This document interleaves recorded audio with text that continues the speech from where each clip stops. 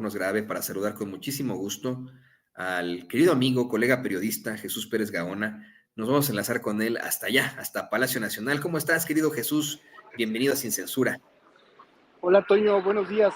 Qué bueno saludarte de nuevo y con este motivo de este programa que yo siempre lo he llamado la barra cómica de Atypical, Toño. Es como humor involuntario, ¿no? Que ellos mismos no lo notan, pero nos hacen reír mucho a quienes de repente sintonizamos desde luego, por razones periodísticas más allá de otra cosa. No, y por morbo, la verdad, yo nunca lo he visto yo. No, es que es por morbo, ¿no? La verdad, yo ayer lo decía, llegué a la conclusión, querido Jesús, de que la gente ve Atypical por la misma razón por la que ven Laura en América, ¿no? Es puro morbo, pues así es programación basura que la gente quiere utilizar para pues, sentirse bien, para ver la desgracia de los demás, ¿no? Y mira estos pobres desgraciados ahí, pues enfrentándose, cayendo una y otra vez, fracasando en esto y en lo otro. ¿No? Creo que pues ahí, en eso radica que la gente llegue a ver los espacios escatológicos del Cacarraqui, Carlos Alarraqui, ¿no? Mira, y el contexto de programa también es totalmente de comedia involuntaria. Les cuento a la audiencia que afortunadamente no ha visto el contenido de Atypical en este caso, que estaban tratando de demostrar que Felipe Calderón fue premiado, fue recibido con honores en el Capitolio, en el Congreso de Estados Unidos, cuando era presidente, y que al terminar su mandato nunca se escondió. Estaban tratando de probar, no sé bajo qué lógica, esta idea de que Felipe Calderón es un expresidente íntegro que no se esconde de los mexicanos ni de la justicia, Toño, lo cual me parece increíblemente también absurdo, porque no solo es una persona que está exiliada en España, estamos hablando de un político mexicano exiliado con una seguramente visa dorada de las que venden en España y que por cierto Donald Trump ya les va a copiar el formatito para recibir a toda clase de personas que tengan $5 millones para comprar esta visa dorada. Y Calderón no ha regresado a México públicamente, no solo desde que se hizo del conocimiento de la ciudadanía el caso de la relación del narcotráfico entre Genaro García Luna y el sexenio de precisamente de Felipe Calderón, sino desde mucho antes, desde que renuncia al PAN, desde que rompe públicamente con la oposición panista, entonces liderada por Ricardo Anaya, que hoy ya está de vuelta como senador, sino también desde que empieza a cuestionarse desde el seno mismo de la oposición a toda esta generación de expresidentes, ex líderes de la oposición que dejaron tan mal al PRI, al PAN y al extinto PRD. Desde entonces, Felipe Calderón no ha dado la cara a México. Entonces, Toño, te cuento, estos personajes tratando de lavarle las suelas a su tío, como tú bien lo colocas en el contexto del nepotismo, que no pudo quedar mejor en estos momentos, que es la discusión pública en la política mexicana. Estos personajes que viven del nepotismo, queriendo lavarle las suelas no sé de dónde sacar una buena reputación del expresidente, dicen esto, que vayan, si quieren un narcopolítico, que vayan a España, que soliciten la extradición y que lo entreguen a Estados Unidos. Gran autogol de Atypical TV. Y se metieron un autogol ahí, y por supuesto que pueden ser hasta sacados de contexto, pero queremos aclarar que aquí en Sin Censura no los estamos sacando de contexto, ahí está la declaración per se, que aunque se tome desde el principio, bueno, pues efectivamente resulta de una comedia involuntaria bárbara, pero también tendría que analizarse si verdaderamente Felipe Calderón pudiera enfrentar las consecuencias de sus actos a estas alturas del partido. ¿Qué te parece que lo volvemos a ver y escuchar, Jesús? Y hablamos de esto, hablamos de si verdaderamente, pues ante tantas acusaciones, ante supuestas carpetas de investigación, ante una serie de indicios periodísticos, Felipe Calderón en algún momento enfrentará las consecuencias de sus actos. Veamos, escuchemos. Yo reto al gobierno mexicano que ahorita con las condiciones que están, y si quieren un narcopolítico, órale, váyanse a España, agarren a Felipe Calderón y entreguen a los Estados Unidos. Quiero ver si lo hacen. Pero ojo, quiero ver si lo hace. Pero él no es un narcopolítico. Claro que no, precisamente No, por eso. Por eso, pero a ver. Bueno, pues ahí lo tiene usted. A ver, Jesús, es que esta es la cosa. Hay que preguntárnoslo.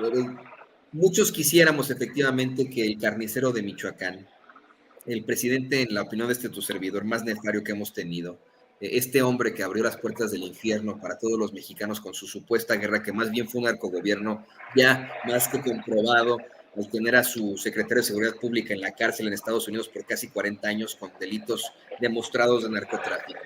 Muchos quisiéramos que este sujeto también enfrentara las consecuencias penales de sus actos, pero se ha salido con la suya y, como tú bien dices, no ha dado la cara. Está siendo se está refugiando gracias al apoyo de José María Aznar en España, expresidente del gobierno español. Se ha pasado una y otra vez haciendo comentarios cínicos y siniestros, pero efectivamente se habla de carpetas de investigación en su contra, se habla de una denuncia muy fuerte ante la Corte Penal Internacional por crímenes de lesa humanidad. Se ha demostrado en materia periodística una serie de irregularidades en su gestión, en su sexenio. Y bueno, aquí la pregunta tendría que ser, ¿en algún momento van a ir por el narcopolítico Felipe Calderón hasta España, como decía este señorito ahí en los espacios escatológicos del Cacarraqui frente a su sobrina? Mira, yo le llamo a Felipe Calderón el destructor de la patria, como hay el seductor de la patria, como hay también en nuestra historia un forjador de la patria, un libertador. Yo creo que Felipe Calderón debe ser llamado, recordado y siempre vilipendiado como el destructor de la patria. Comparto ese análisis contigo, Toño, y también comparto el hecho de que debe ser reprobable, criticable, que no solo Aznar, sino también el Premio Nobel de Literatura, Mario Vargas Llosa, le dieron refugio en España a un tipo de esta calaña, a un tipo con este historial, con esta leyenda negra, y que hace honor a su leyenda con las investigaciones correspondientes en México, hasta donde sabemos, Toño, las investigaciones se han detenido, pero él por lo menos es investigado por dos grandes casos, uno de corrupción y el otro de involucramiento ilegal con el famoso operativo Rápido y Furioso. El operativo que entregó armas a los cárteles del crimen organizado en México y cuyo rastro de sangre en realidad fue lo único que se rastreó porque ese fue el argumento de entregar armas del Departamento de Estado, es decir, de Estados Unidos, a personajes implicados con los cárteles en México, solo con la idea, no sé a qué genio se le ocurrió, de encontrar hasta dónde llegaban esas armas. El fiscal Alejandro Gertz Manero, confirmó, y también cuando fue secretario de Gobernación, el hoy senador Adán Augusto López confirmó que hay una investigación abierta contra el expresidente Felipe Calderón Hinojosa. El otro caso que también nos enteramos fue el famoso búnker. Recordarás, Toño, que el expresidente Andrés Manuel López Obrador hizo un recorrido a la prensa donde este famoso búnker de seguridad, donde Calderón y particularmente Genaro García Luna hacían estos operativos mediáticos solo para pantallar a uno que otro despistado, en donde se invirtieron muchos millones de pesos, también en esta estrategia y toda esta infraestructura empezaron a privatizar las cárceles y se empezó a pagar para servicios privados de cárceles en México sumas estratosféricas que resultó que terminaron en las cuentas de familiares de Genaro García Luna, incluida su esposa. que recordemos la hoy tristemente célebre presidenta de la Corte, Norma Piña, básicamente amparó a la esposa para regresarle las cuentas a los García Luna en México. Esos son los dos casos que sabemos que tienen investigación abierta contra el expresidente y quizá, ahí ya solo especulo, quizá por eso no lo vemos por acá tanto como nos gustaría ver al expresidente enfrentar a la justicia. Pues. Y es que tuvimos la oportunidad, Jesús y querido público consentidor, de que en algún momento sí enfrentara las consecuencias de sus actos en el sexenio pasado. El expresidente Andrés Manuel López Obrador insistió en que olvido no, pero sí, perdón, sí, olvido no, decía él una y otra vez. Sin embargo, cuestionó y puso siempre sobre la mesa el que el pueblo, no cuestionó, puso sobre la mesa el que el pueblo decidiera con una consulta ciudadana que no tuvo de alguna otra forma vinculación debido a la participación escasa que tuvo. Cómo es que los medios de comunicación corporativos así lo consiguieron. Y pues a partir de ahí, bueno, pues creo que pueden quedar estas dos investigaciones y lo que tú quieras, pero de ahí en fuera tal vez sí tendríamos que confiar en la justicia estadounidense ahora, que envían estos 29 líderes del crimen organizado a Estados Unidos para que de alguna otra forma enfrente las consecuencias penales de sus actos. Tal vez entre estos 29 pueda llegar alguno que llene esa casilla por la mitad. No sé si pueda don David compartirnos el cartón que nos envía hoy el monero Manrique, David Manrique, porque mucha gente anda diciendo por ahí que es Felipe Calderón el 30, y pues el 29 y medio, ¿no? 29 Para cerrar, ¿qué opinas de esto? ¿Qué opinas de esto, querido Jesús?